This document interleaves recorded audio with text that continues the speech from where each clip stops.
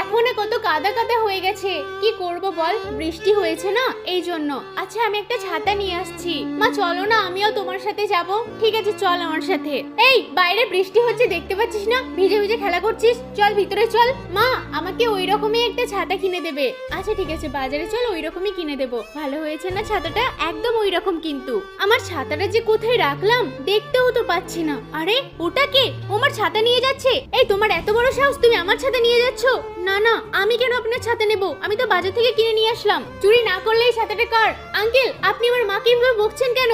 এই চুপ কর, চোরের মেয়ে আবার বড় গলা। বাবা আমাদের ছাতা তো এখানে। আরে সত্যিই তো, ওটাই তো আমাদের ছাতা। আরে বোন তুমি আমাকে ক্ষমা করে দিও, একই রকম ছাতা তো, তাই আমি ভেবেছিলাম এটাই হয়তো হবে। এই নাও তোমার ছাতা। এই থাপ্পড় মারার বদলাটা তো আমি একদিন নিয়েই ছাড়বো। এই মনা বাড়ি চল। মনা তুই কাদাতে কেন ফুটবল খেলছিস? ওইদিকে যা। বাবা আমারও একটা ওইরকম ফুটবল লাগবে। আচ্ছা চল কিনে এনে দিচ্ছি। কি